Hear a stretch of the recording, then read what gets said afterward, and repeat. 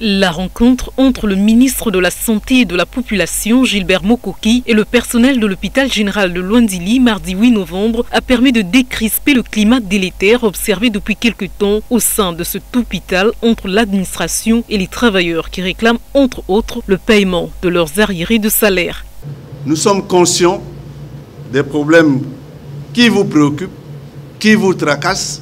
C'est depuis 10 ans. Cela ne veut pas dire que le gouvernement est insensible à cela et veut faire perdurer le plaisir de voir les autres dans le mal ou dans la précarité. Loin de là.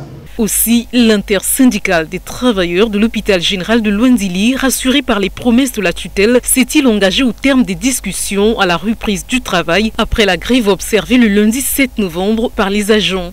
Nous nous engageons à reprendre le travail avec l'espoir que l'État saura respecter ses engagements, notamment à travers l'épuration des arriérés des salaires et le paiement régulier des salaires en cours.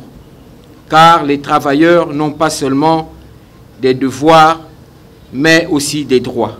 Comme un père à l'endroit de ses enfants, le ministre Gilbert Mokoki, qui a pris le temps d'écouter les agents au sujet de leurs préoccupations, a tiré les conclusions de cette situation, prenant ainsi l'engagement d'œuvrer dans un délai raisonnable à la résolution de la crise et à l'amélioration du climat au sein de cette structure sanitaire. Je prends l'engagement de me battre pour que les arriérés de salaire soient payés au rythme de la poche. Mais je prends l'engagement de me battre pour cela. Quant à la régularité des salaires, c'est le combat que nous menons. Ce sont les instructions du président de la République. Le Premier ministre le sait. Le ministre des Finances aussi le sait. Et c'est la bataille.